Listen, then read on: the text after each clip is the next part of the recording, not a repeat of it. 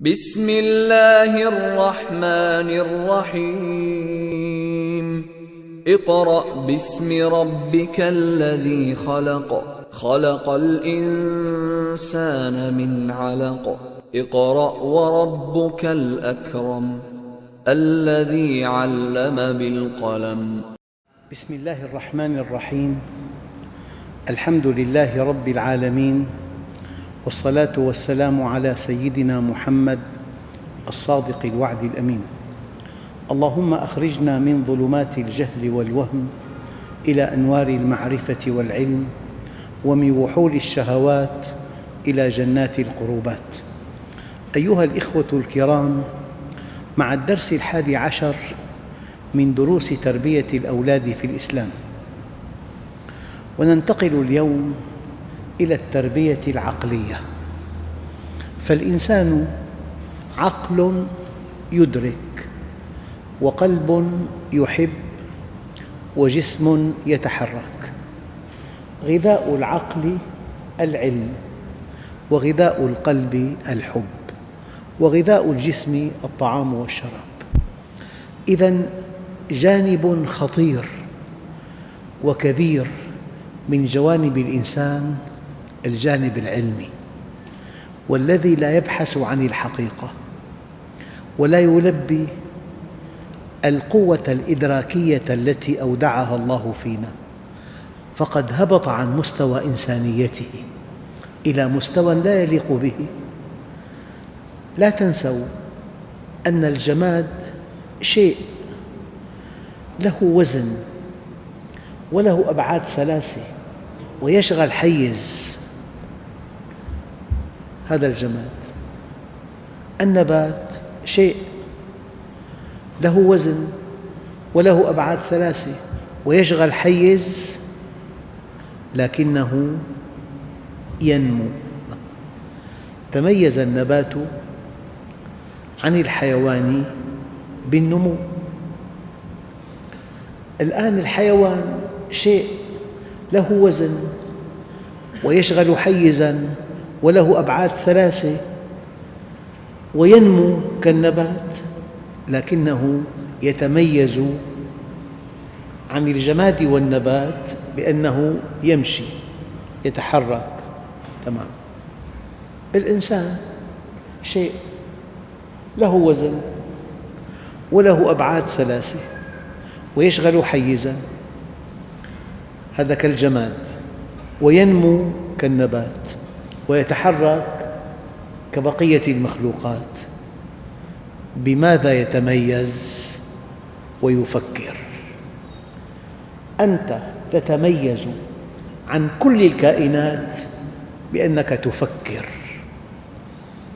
أعطاك الله عقلاً، فإذا عطلنا هذا الجانب، إن عطلنا القوة الإدراكية، إن لم نبحث عن الحقيقة، هبطنا من مستوى إنسانيتنا إلى مستوى لا يليق بنا.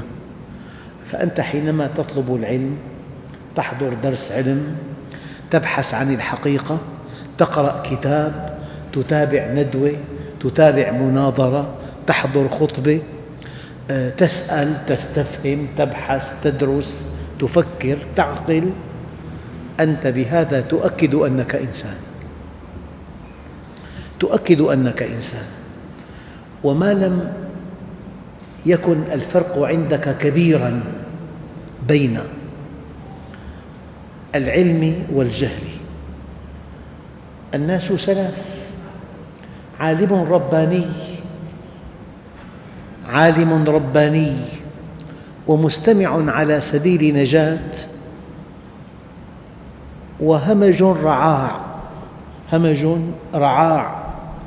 أتباع كل ناعق. هذا يسمى الخط العريض في المجتمع، يسمى أيضاً دهماء الناس سوقتهم. وهمج رعاع أتباع كل ناعق، لم يستضيئوا بنور العلم ولم يلجأوا إلى ركن وثيق، فاحذر أن تكون منهم يا بني. سمعت مرة نشيدا تأثرت له: نسمات هواك لها أرج، تحيا وتعيش بها المهج، ما الناس سوى قوم عرفوك وغيرهم همج همج. ما الناس سوى قوم عرفوك وغيرهم همج همج. يعني هل يمكن أن يكون الإنسان همجي وراكب مركبة غالية؟ ممكن، ويرتدي أغلى ثياب ويتعطر بأغلى العطور، ممكن. حينما لا يعرف الله فهو همجي، حينما يبني حياته على أنقاض الناس فهو همجي، حينما يبني أمنه على إخافتهم فهو همجي، حينما يبني غناه على فقرهم فهو همجي، حينما يبني عزه على إذلالهم فهو همجي. أبداً، البشر إما أنه همجي أو إنساني. المؤمن إنساني. والله أيها الإخوة، المشاعر التي يتمتع بها المؤمن الناتجة عن معرفته بربه وعن معرفته بمنهج ربه وعن طاعته لربه والله لا توصف. ولو يعلم الملوك، أنا هذا القول أرويه كثيراً، إلا أنني من سنوات عدة دققت في الذي قاله. من قاله؟ قاله ملك. إبراهيم ابن الأدهم كان ملكاً فترك الملك وتعرف إلى الله، وقال: لو قاله غيره لما صدقته. قال: لو يعلم الملوك ما نحن عليه لقاتلونا عليها بالسيوف. والله في بنفس المؤمن من السعادة والطمأنينة بأي وضع، فقير، غني، صغير، كبير، مدني، ريفي، المؤمن يتمتع بسعادة لو وزعت على أهل بلد لكفتهم. شو الإيمان؟ الإيمان مرتبة كبيرة جداً. الإيمان مرتبة علمية، الإيمان مرتبة أخلاقية، الإيمان مرتبة جمالية. والله المؤمن يتمتع بأذواق في طعامه وشرابه وملبسه ونزهاته ولقاءاته لا يتمتع بها غيره. اتصل بالله، ذاق طعم القرب. أيها الإخوة، لذلك عقلك يحتاج إلى غذاء، غذاؤه العلم. فإما أن تكون عالماً أو متعلماً أو مستمعاً، نعمة، أو محباً، ولا تكن الخامسة فتهلك. ما الناس سوى قوم عرفوك وغيرهم همج همج.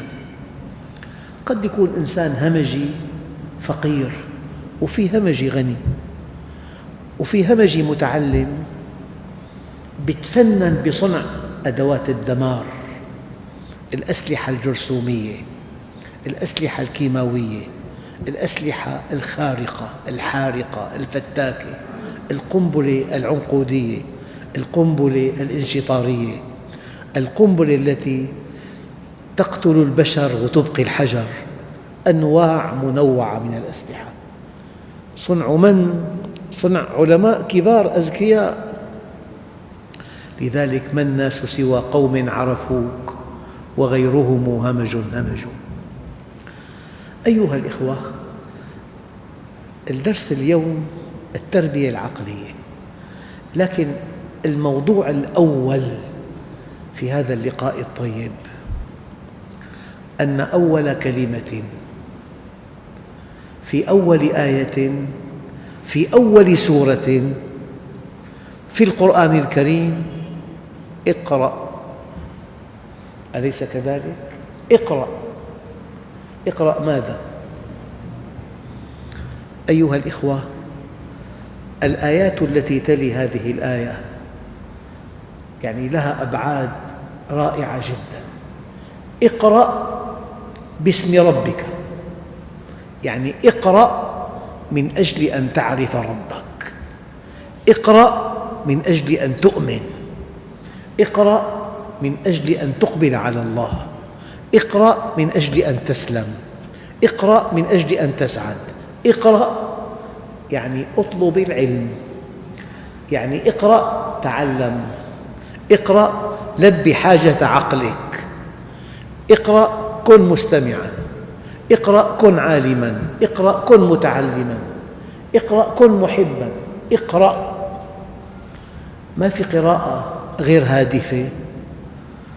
يعني مرة ركبت طائرة إلى بلد بعيد، لفت نظري أن معظم الركاب يقرؤون، والله بادئ بدء أكبرتهم مثقفون، ثم فوجئت أن كل هذه القراءات قصص وقد تكون ليست كما ينبغي. فاقرأ من أجل أن تؤمن، اقرأ باسم ربك الذي خلق. هذه القراءة يمكن أن نسميها قراءة البحث والإيمان، قراءة البحث والإيمان. اقرأ من أجل أن تؤمن، وادع ابنك إلى أن يقرأ من أجل أن يؤمن. مرة علمت أن بعض الأوقاف في بلد إسلامي أحد فروع هذا الوقف تحبيب القراءة بالصغار، يوزعون على الصغار قصص رائعة جدا هادفة أخلاقية، قصص للصحابة الكرام بأحلى طباعة بأجمل صورة حتى يحب الصغار القراءة. يعني أعلى هواية، أعلى نشاط يتجاوز كسب الطعام والشراب أن تقرأ. اقرأ باسم ربك الذي خلق. أول قراءة نسميها قراءة البحث والإيمان. يعني هل تفكرنا في خلق السماوات والأرض؟ هل قرأنا القرآن الكريم؟ هل قرأنا السنة المطهرة؟ هل قرأنا؟ اقرأ يعني تعلم. هل في بحياتك وقت لطلب العلم، لحضور دروس العلم؟ هل في برنامجك اليومي ساعة أو ساعتين لقراءة كتاب، لقراءة بحث، لمطالعة موضوع، للقاء مع إنسان تنتفع بعلمه؟ اقرأ. اقرأ من أجل أن تؤمن. القراءة الهادفة، القراءة الإيمانية، قراءة البحث والإيمان، هذه قراءة. اقرأ باسم ربك الذي خلق، يعني أقرب آية إليك، أقرب شيء تتعرف منه إلى الله جسمك. اقرأ باسم ربك الذي خلق، خلق الإنسان من علق. يعني ممكن باللقاء الزوجي في 300 مليون نطفة، والبويضة حجمها كحبة الملح. ضع على إصبعك شيئاً من لعابك ولا تضغط على كمية من الملح، أقل مس، وجئ بمكبر ترى ذرات الملح، يعني أقل ضغط طبقة واحدة من ذرات الملح مع المكبر ترى ذرة الملح. البويضة في المرأة حجمها كحجم ذرة الملح. هذه تحتاج إلى حوين، الحوين لا يرى بالعين، له رأس، الرأس في مادة نبيلة، وهذه المادة النبيلة مغلفة بغشاء رقيق. إذا اصطدم هذا الحوين بالبويضة تتمزق المادة، يتمزق الغشاء، والمادة تذيب جدار البويضة فيدخل إليها. خلق الإنسان من علق. هذه البويضة الملقحة تنقسم 10,000 قسم دون أن يزيد حجمها، وهي تمشي في قناة فالوب ما الذي يحركها في هذه القناة؟ الأشعار. لولا هذه الأشعار ما كان هذا المجلس. أشعار تتحرك تنقلها من المبيض إلى الرحم، وهي تنقسم. خلق الإنسان من علق، من نطفة، ثم من علقة، ثم من مضغة، ثم تتشكل العظام، ثم تكسى العظام لحماً، ثم رأس ودماغ 140 مليار خلية سمراء لم تعرف وظيفتها بعد، عينان بالشبكية في 130 مليون عصي ومخروط، العصب البصري 900 ألف عصب، 300 ألف شعرة، لكل شعرة وريد وشريان وعصب وعضلة وغدة دهنية وغدة صبغية. بالمعدة في 35 مليون عصارة هاضمة. القلب بضخ باليوم 8 أمتار مكعبة. في عمر متوسط يضخ القلب من الدم ما يملأ أكبر ناطح السحاب في العالم. اللسان، الأسنان، المريء، الأمعاء، المعدة، الكليتان، الرئتان، القلب. خلق الإنسان من علق، يعني أقرب آية عظيمة دالة على عظمة الله جسمك، أقرب شيء إليك جسمك. ألم تفكر مرة لما لم يكن في الشعر أعصاب حس؟ لو في أعصاب حس تسأل إلى أين أنت ذاهب؟ والله إلى المستشفى لأجري عملية حلاقة. إذا في أعصاب حس قص الشعرة تطير من الألم، لكن ما في أعصاب حس. لو فكرت بشعرك، بعينيك، بأنفك، بأذنيك، الحديث طويل. اقرأ باسم ربك الذي خلق، هذه قراءة إيمانية. عود نفسك تفكر، عود نفسك. يعني أيام الإنسان يسمع صوت مركبة بينزاح نحو اليسار، كيف عرفت أن المركبة على اليمين وهي وراءك؟ قد يغيب عن ذهنك أنه في جهاز بالإنسان بيقيس تفاضل وصول الصوتين إلى الأذنين. مركبة هنا، الصوت الأول دخل إلى هنا والثاني دخل إلى هنا، هذه أقرب إلى المركبة من هذه. المسافة الزمنية 1/1620 جزء من الثانية. من آيات الله الدالة على عظمته. إذن أول قراءة قراءة إيمانية، واضح؟ اقرأ باسم ربك الذي خلق، خلق الإنسان من علق. الآن اقرأ وربك الأكرم، هي قراءة ثانية. الله عز وجل منحك نعمة الإيجاد، أنت موجود، ومنحك نعمة الإمداد، أمدك بالهواء، بالماء، بالطعام، بالشراب، بالزوجة، بالأولاد، بالسماء، بالأرض، بالبحار، بالأنهار، بالأسماك، بالأطيار، بالفواكه، بالثمار. هي قراءة ثانية، قراءة الشكر والعرفان. اقرأ باسم ربك الذي خلق، أول قراءة، قراءة البحث والإيمان. وأقرب آية لك خلق الإنسان من علق. اقرأ الثانية وربك الأكرم، منحك نعمة الإيجاد، ومنحك نعمة الإمداد، ومنحك نعمة الهدى والرشاد. إيجاد، إمداد، هدى ورشاد. القراءة الثانية. مرة فكر بالكون، مرة فكر بالنعم. يعني هذا الماء من جعله عذبا فراتا وقد كان ملحا أجاجا؟ مين قنن قانون التبخر؟ مين قنن قانون أن الهواء يحمل بخار الماء؟ مين قنن قانون التقطير؟ مين قنن قانون التبخر؟ ثم تحول البخار إلى سائل. من أودع الماء في الينابيع؟ اقرأ وربك الأكرم. جلست إلى الطعام، هذا اللبن من أين؟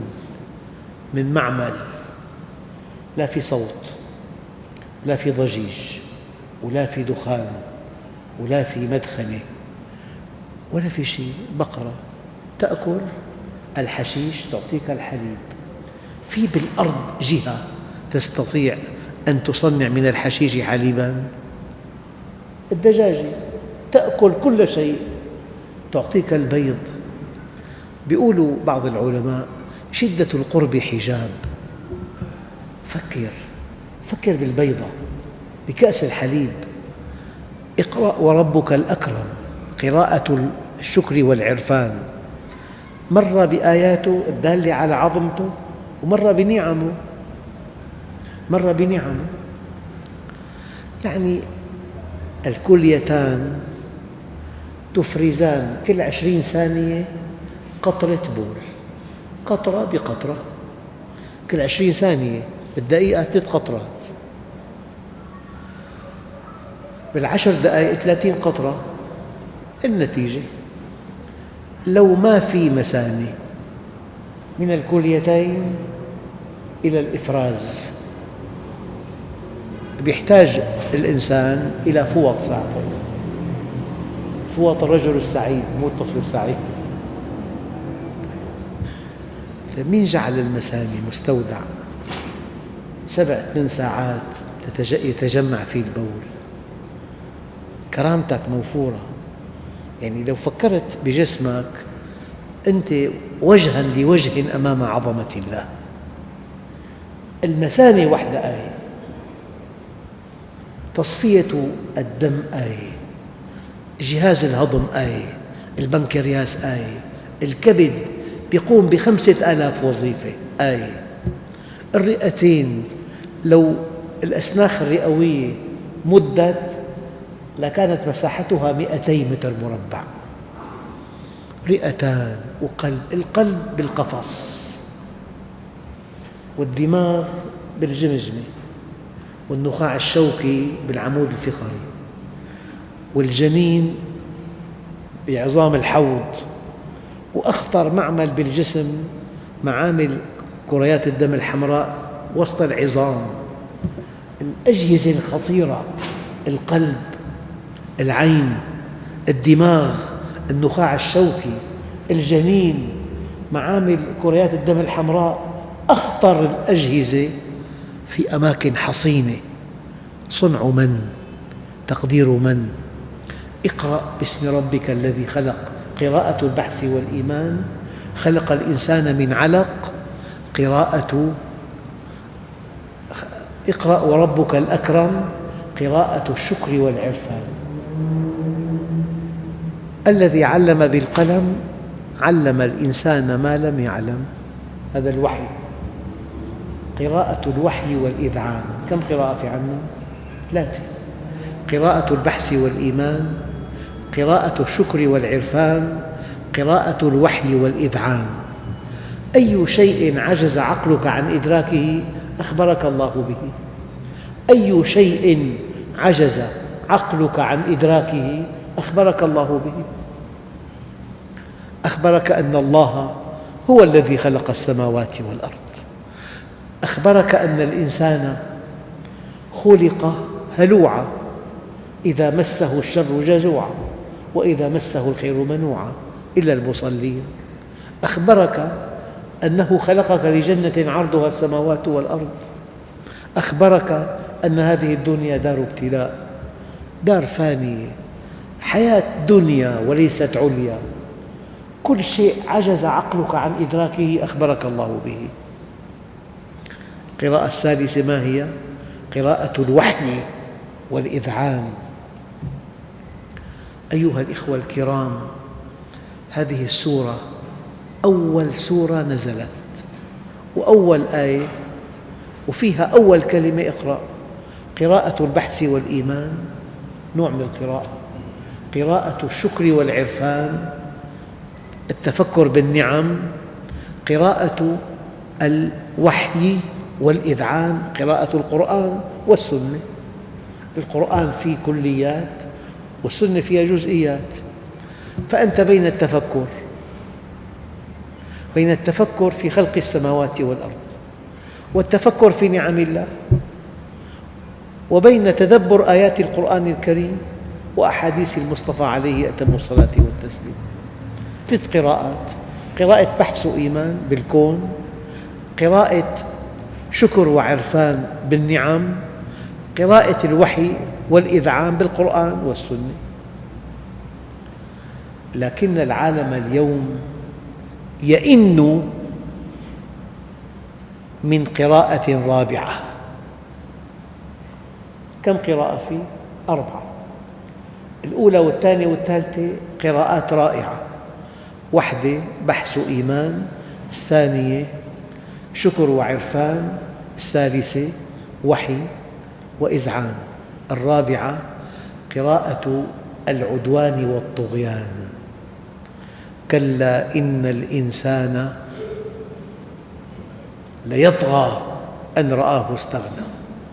يتقوى الإنسان، يحمل شهادات عليا، يخترع أسلحة فتاكة تدمر البشرية، تقوى أمة بأسلحتها، تفرض ثقافتها وإباحيتها على بقية الأمم. لذلك العلم أحياناً يأخذ مسار خطير جداً. لكن يا ترى المسلمون بحاجة لهذا العلم الرابع؟ بحاجة. وأعدوا لهم ما استطعتم من قوة. بحاجة لهذا العلم الرابع لا من أجل العدوان، بل من أجل الدفاع عن النفس. أنا حدثني أخ جاءنا من الهند، قال لي: نحن 90 مليون مسلم بالهند. قال لي: مضطهدون جدا. تكلم أشياء غريبة جدا عن اضطهاد هؤلاء في الهند. قال: لما صنعت باكستان قنبلة نووية اختلفت المعاملة 180 درجة، صار في دولة تحمل سلاح نووي، ونحن في أمس الحاجة إلى سلاح يردع. والدليل: وأعدوا لهم ما استطعتم من قوة ومن رباط الخيل ترهبون به عدو الله وعدوكم. كل مشكلات الشرق الأوسط لمنع بلد من تصنيع سلاح نووي، أليس كذلك؟ هذه المشكلة.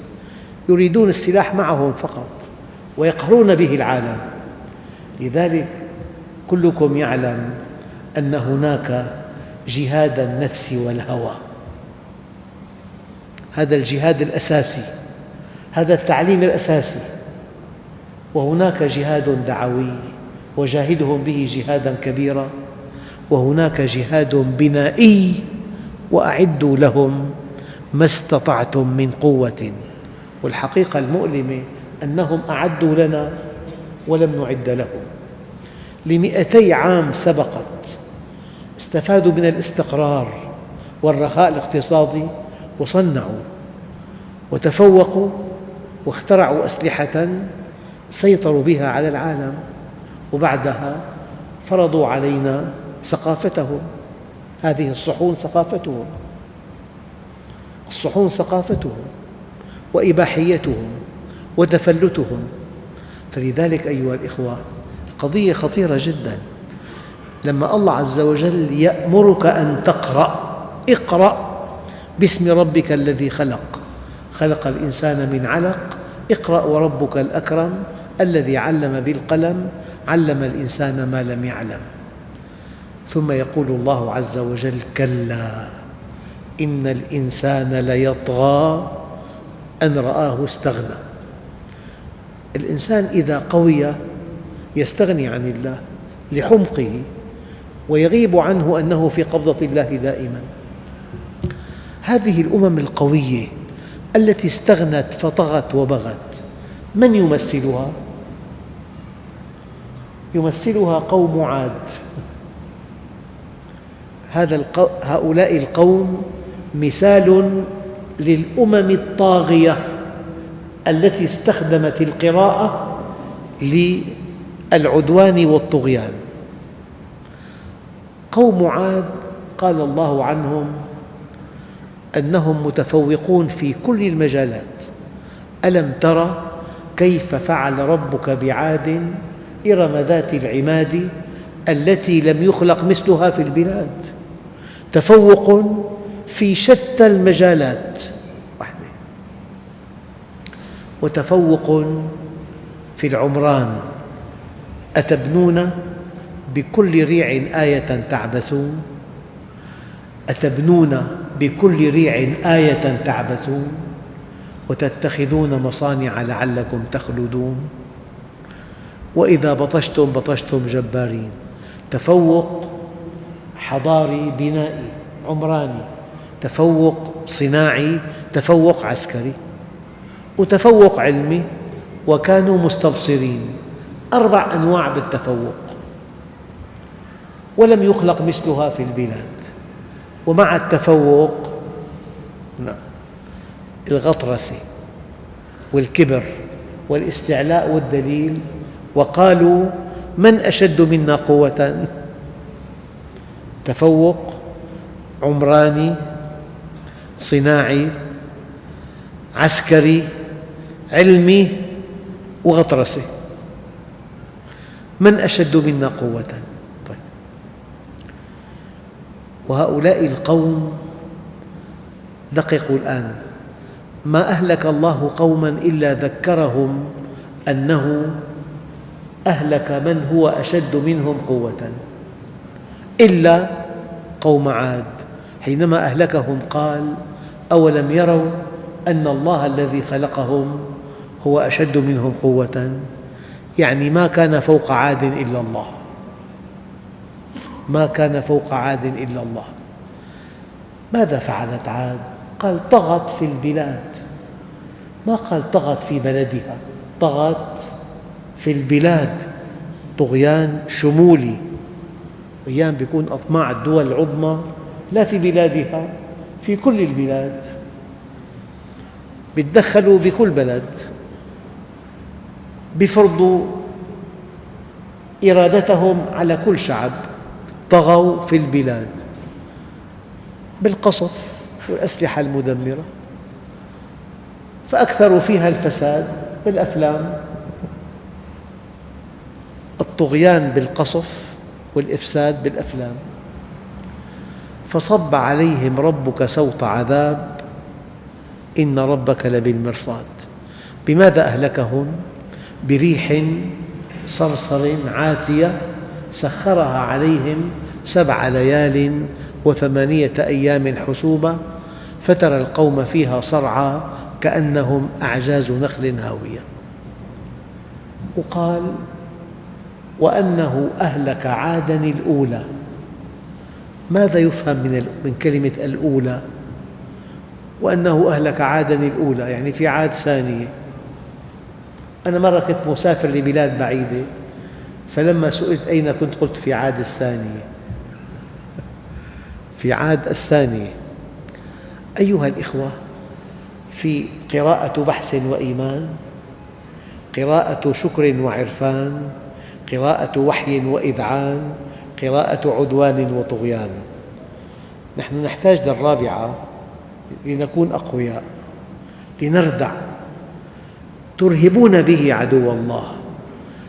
السلاح من أجل ألا نستخدمه، قد لا نستخدمه أبداً، ولكن وجود سلاح قوي عندنا هذا يجعل الطرف الآخر يهابونه. توجيه قرآني. لذلك المسلمون لن ينتصروا إلا إذا قدموا لله أسباب النصر. أسباب النصر إيمان بالله يحملك على طاعته، وإيمان باليوم الآخر يردعك أن تؤذي مخلوقاً، وإعداد العدة المتاحة للمكافئة. المتاحة للمكافئة، الدليل أعدوا لهم ما استطعتم من قوة. والله الذي لا إله إلا هو، لو طبقنا هذين الشرطين لكنا في حال غير هذا الحال. إيمان يحملنا على طاعة الله، وإعداد يؤهلنا كي ننتصر على أعدائنا. نعم. أيها الإخوة، العلم قيمة كبيرة جدا. هل يستوي الذين يعلمون والذين لا يعلمون؟ يعني القرآن الكريم اعتمد قيم مرجحة، لأن الناس فيما بينهم يرجح بعضهم بعضاً بالمال، أحياناً هذا غني، أحياناً بالجمال وسيم، أحياناً بمنصب رفيع، أحياناً بالقوة، أحياناً بالوجاهة، أحياناً بالنسب.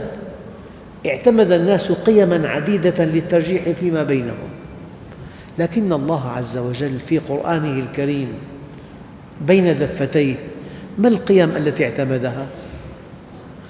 اعتمد قيمة العلم وقيمة العمل، ليس غير فقط.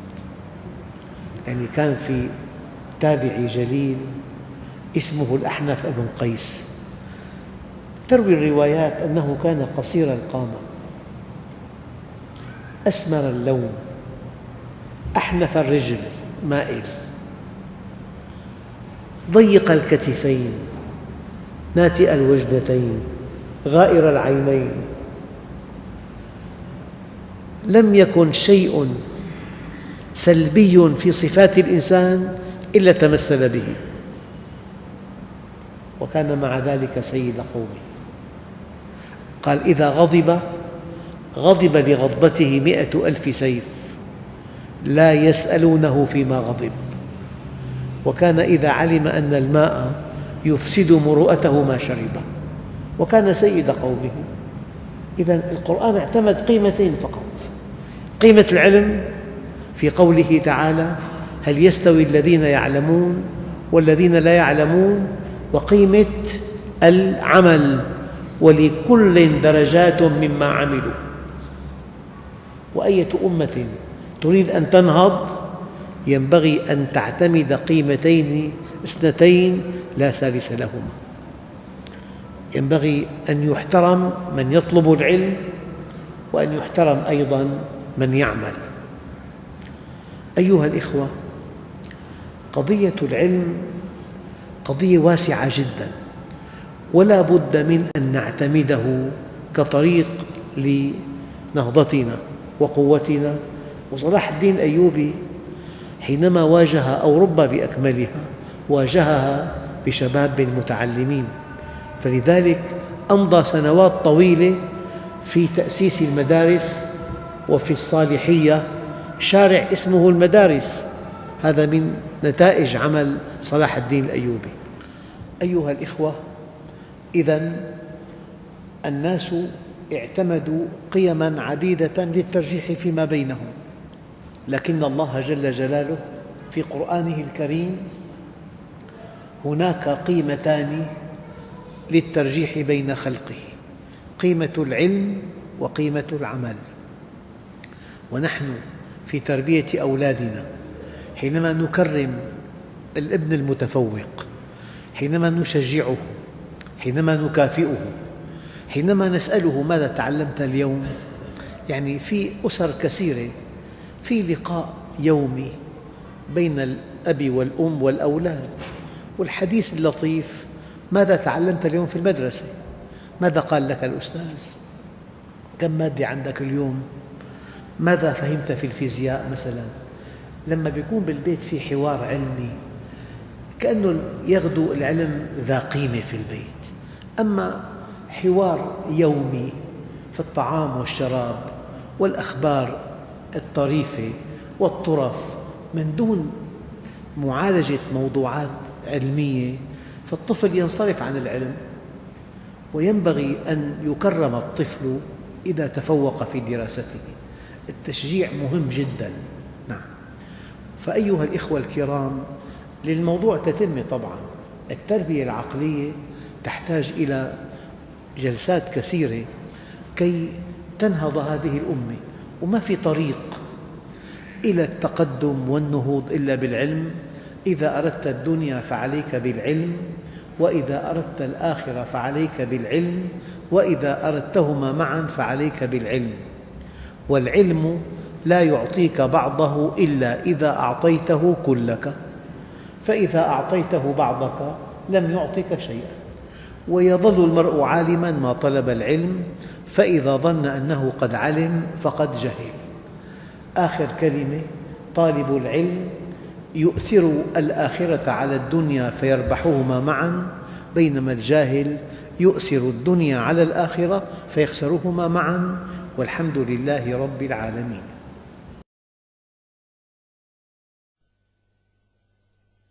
بسم الله الرحمن الرحيم.